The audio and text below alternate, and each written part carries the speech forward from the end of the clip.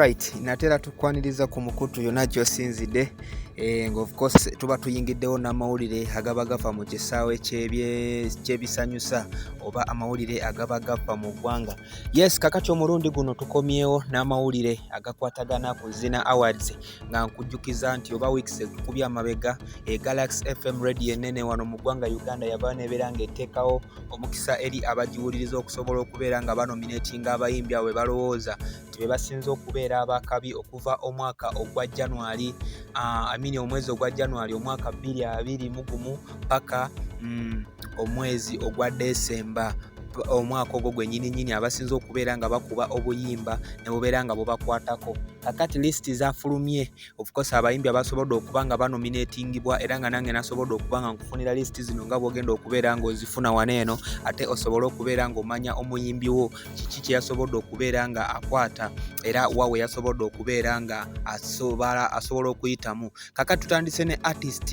artist of the year, omuyimbi yanominatingiddwa nga mwabaddemu Eddie Kenzo, John Black, Palaso Azawi, Jose Chameleone, Fik Fameka, and of course netugenda ku song of the year, oluyimba ezasinze okubeera nga zinominatingibwa era nga kogenda okulondako oluyimba olukusingidde okuba olulungi omwaka ogwo okuli Thank God, Vinka, Weekend, Eddie Kenzo, Omwoyo, Liam Voice, Loco, Fik Fameka, Magazine, Zaxi Bilangirangi, Slow Dancing, Azawi, Forever, Jose Chameleone, Radio Call, and of course Unknown, nekubako Sango, Mathake, Eddie Kenzo, nekubako Naronda Nemala, Palaso, Onina Baza and the Red Spice Diana. Netugenda ku list endala eriko breakthrough artist batuletedde wano abawala bebayita Kataleya ne Kandi, nekubeerako Unknown, nekubeerako Baza, Aroma, Liam Voice wamu ne Martha Mukisa. And of course list endala yabaddeko best male artist nominees wabaddeko Zaxi Bilangirangi, Palaso, Liam Voice, Fik Fameka, Unknown, John Black, Eddie Kenzo. And of course list endala yaba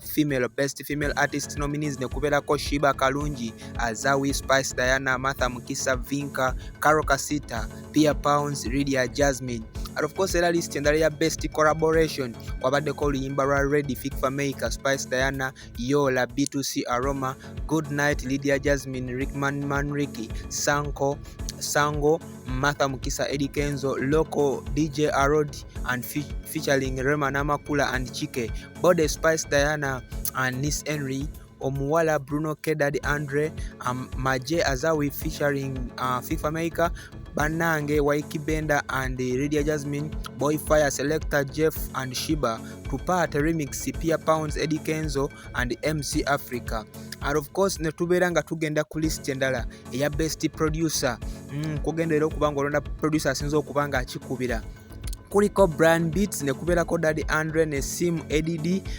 Bomba, Atin, TON, Ronnie on this, nekubeerako Ash Beats, Run Pro, Nekuseim. And of course list endala ya best comedian kuliko Madrat and Chico, Bizonto, Maulana Rain,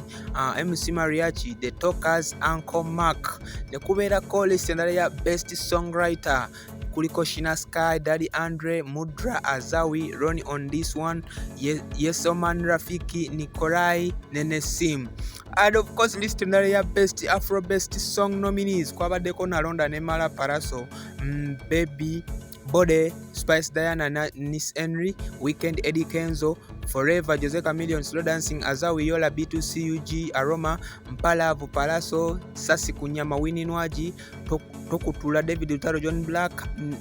Njira Love, Summer Soldier, Shiba Kalungi, Kiss You, B2C, Energy, Jose Chameleone featuring Geo Steady. And of course list endala yabadde ya best dancehall artist nga mwabo mulimu Zaxi Bilangirangi, Karo Kasita, Mudra, Viper Rankings, Ziza Bafana, Daddy Andre, Kapakat. Nga list endala eya best dancehall song kwabaddeko Gwe Amanyi, Mudra, Magazine, Zaxi Bilangirangi, Controller, Viper Ranking, Baba Ban,